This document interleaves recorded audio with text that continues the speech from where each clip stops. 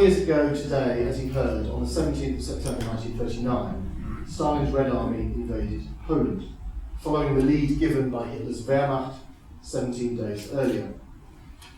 Declaring the Polish state defunct and stressing their dubious neutrality in the global conflict then erupting, Stalin's forces marched under the strangely fascistic slogan that they were coming to the aid of their brothers of the same blood. It was a metaphor that the gentlemen in the Kremlin evidently relished.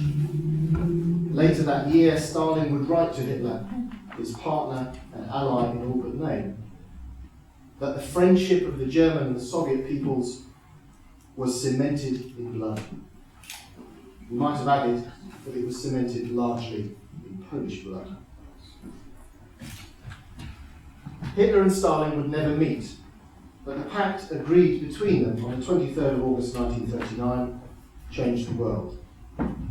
It redrew borders, consigned entire countries to odious spheres of influence outlined in a secret protocol. The pact humiliated the international communist movement. There were suicides amongst the exiles in Paris. The American Communist Party was dealt a blow from which it would never recover. The British Communist Party was rocked, causing the fall of the leader Harry Pollitt, who had rashly advocated the defence of Poland in the opening weeks of September 1939.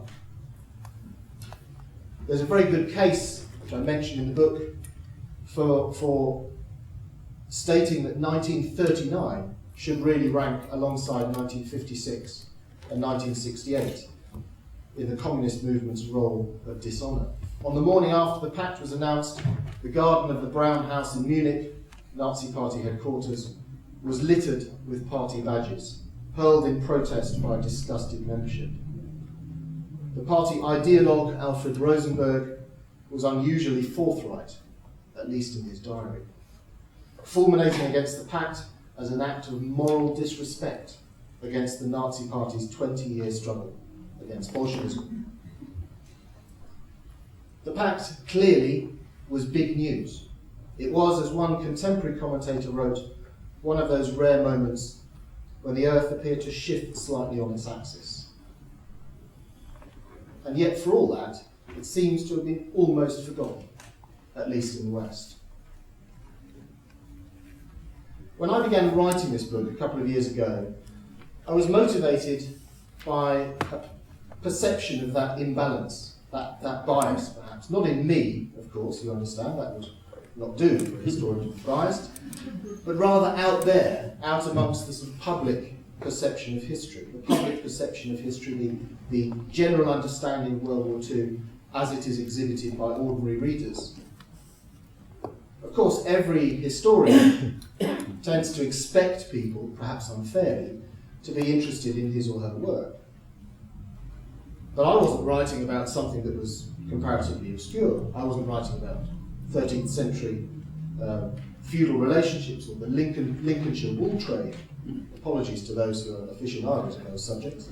But I was writing about something that was much more pertinent, much more immediate. I was writing about World War II, a subject that has almost single-handedly propped up British non-fiction publishing for most of the last decade. And my chosen subject within that, the Nazi-Soviet Pact, was one of the war's most seminal moments.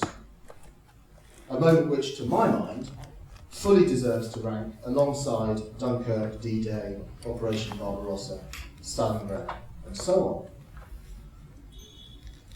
on. And yet, when I was asked by friends and acquaintances beyond history circles, beyond academia, what subject I was working on, and I answered that I was working or writing about the Nazi-Soviet Pact, I tended to encounter blank looks and furrowed brows.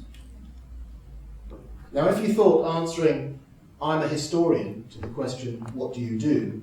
was a surefire conversation stopper, you should try mentioning the Molotov-Ribbentrop Pact.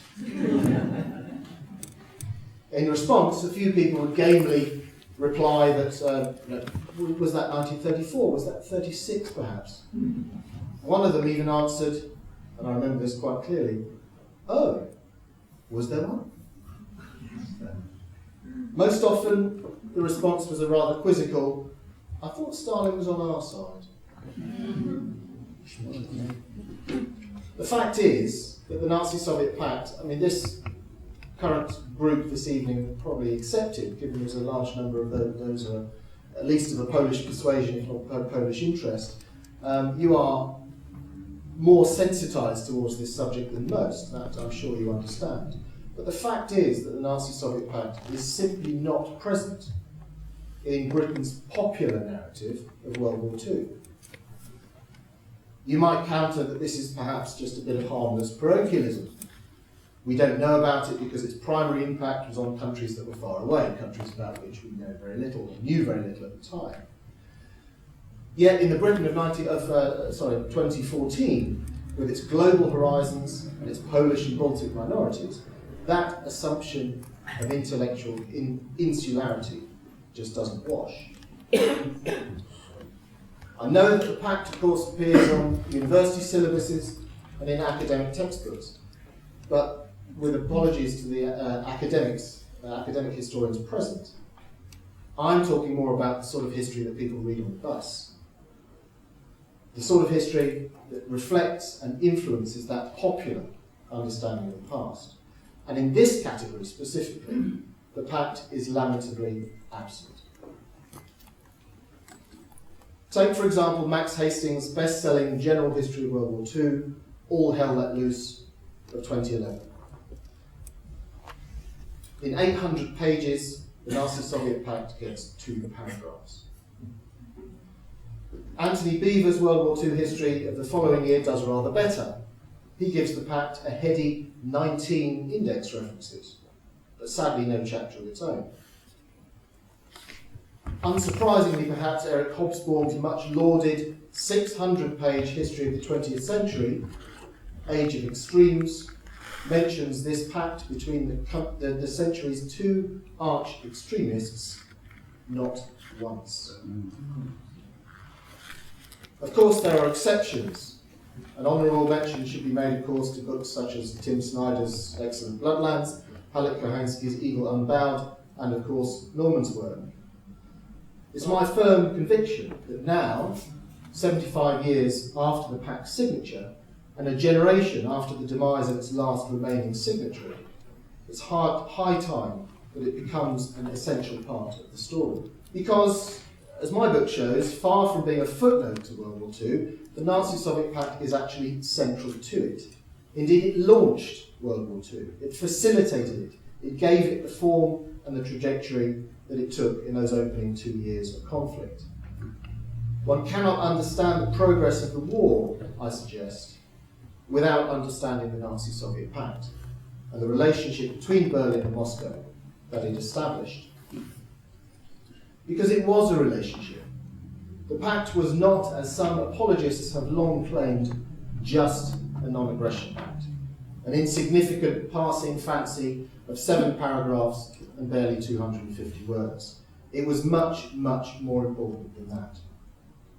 For all its brevity, in terms of the paper content of the Pact, it marked the opening chapter in a vital and thoroughgoing relationship between Berlin and Moscow, which would encompass, as well as that famous secret protocol that we've heard of earlier this evening, a further political treaty and another 4 economic agreements, the last of which being signed as late as January 1941.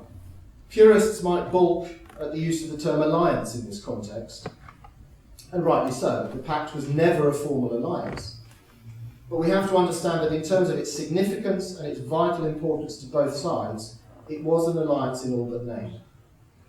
As Stalin infused, together with Germany, we are unstoppable. Much of the relationship's importance lay in its economic potential, with raw material-rich Russia promising generous supplies to Germany in return for finished goods and the latest military technology.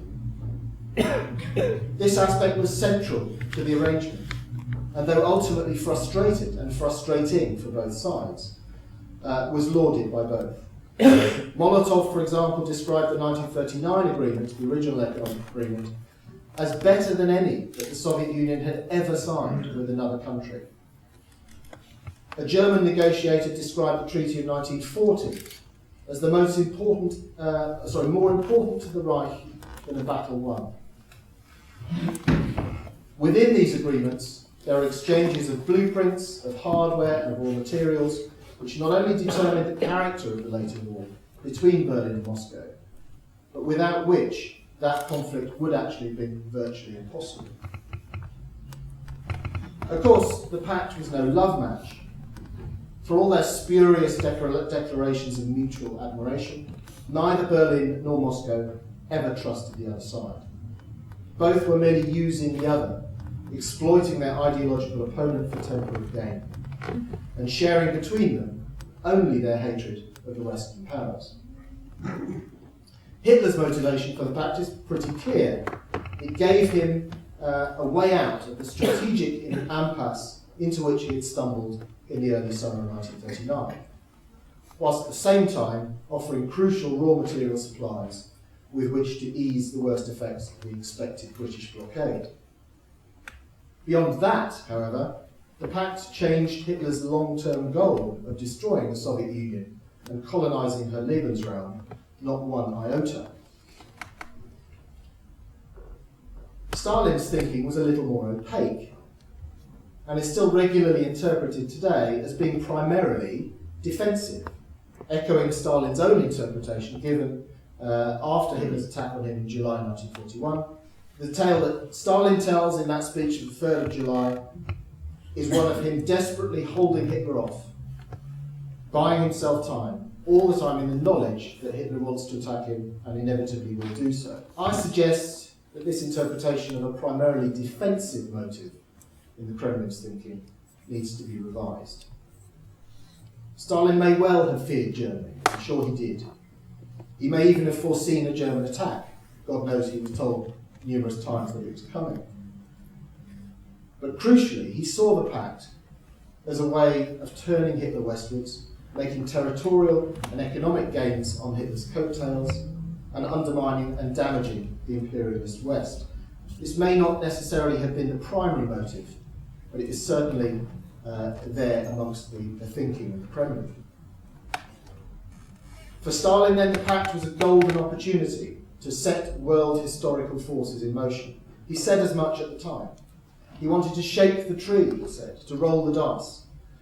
Just as Lenin had exploited revolutionary defeatism in World War I, so Stalin was using his new enemy, Nazi Germany, to attack his old one, British imperialism. An innocent, neutral bystander, therefore, Stalin was most certainly not. Away from the high politics and the dismal science of economics, I wanted this to be, above all, a human account, giving full expression to the grievous effect that the pact had on the many millions doomed to experience its consequences directly. There was no shortage of material. As many as 1.5 million Poles were deported to Siberia and other hostile corners of the Soviet Union under the Pact's aegis. A similar number were deported westwards to Hitler's Third Reich, to toil as slave labourers or concentration camp inmates. Countless tens of thousands more suffered the depredations of either side as the Nazis and Soviets cemented their grip on their zones of occupation in what was, in effect, a fourth partition of Poland. The Pact indeed ushered in the opening phase of the largest ethnic and political reorganisation in history, with hundreds of thousands of Volksdeutsche, ethnic Germans, being called home to the Reich from the lands ceded to Stalin, while both the Nazis and Soviets began the thoroughgoing sifting of the populations that had fallen under their control. The most infamous result of this process, of course, was the Katyn massacre of 1940, in which some 22,000 Polish officers, policemen, and others were murdered in cold blood by Stalin's NKVD. An event that curiously coincided with Hitler's attempted decapitation of the Polish elite under his control, the so-called AB Aktion, AB Action, of March and April 1940. In practice, the methods employed against the racial enemy in one zone of occupied Poland scarcely differed from those employed against the class enemy in the other. Though Poland was very much the epicentre of the Nazi-Soviet barbarism in this period, one must also spare a thought for the other peoples, the Baltic nations and Bessarabians and Romania, who were consigned to Soviet control by a stroke of Ribbentrop's pen. Proportional to their populations, their suffering through execution, deportation and persecution was as great as anything experienced elsewhere. It's high time that this grim chapter also finds a place, alongside those much better known crimes committed by the Nazis in the Western narrative of World War II. One story can testify to the wider horrors, and it's a peculiar one. Estonian President Konstantin Pets remained in post after the Soviet annexation of his country in 1940, trying in vain to salvage something from a hopeless situation. Inevitably, he was arrested by the NKVD and was consigned to a labour camp in the Urals. Already an old man, who was very much the grandfather of independent Estonian politics, he was labelled as a troublemaker, and he would end his days in a psychiatric hospital, a favourite Soviet tactic, declared mad because of his persistent claim to still be the president of Estonia. As I said at the beginning, I wrote this book to address an imbalance, an omission, namely the continued absence of an admittedly complex, yet nonetheless vitally important chapter from the popularly accepted Western history of World War II.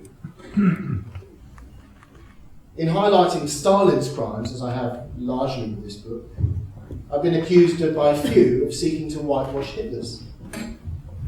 This is just as ridiculous as it is offensive. History is ill-served by reducing it to a zero-sum game, in which damning one side is automatically assumed to imply support of the other. And in this case, I'm very happy to damn both sides, Nazis and Soviets, equally. If nowhere else, surely this is a subject in which we can afford to damn both sides equally. Certainly that's the conclusion that comes across loud and clear to me from the moral squalor and the misanthropy demonstrated by this collusion of the two most hideous regimes of the 20th century.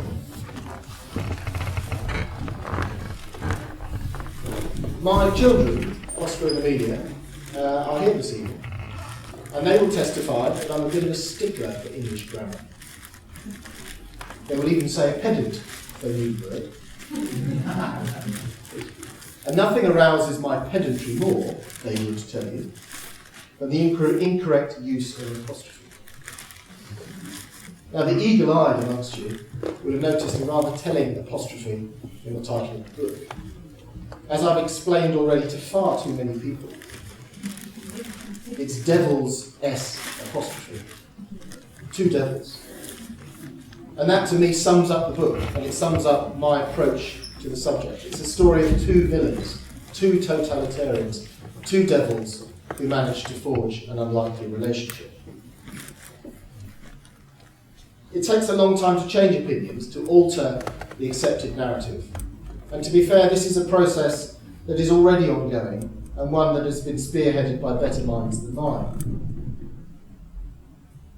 It's also been helped, of course, by the recent efforts of Mr. Putin, which incidentally show numerous haunting parallels to the actions and attitudes of Stalin's Kremlin.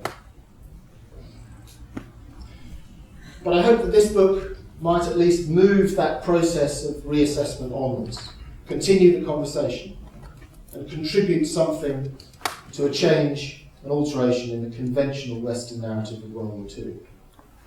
A reassessment which I think is very much overdue.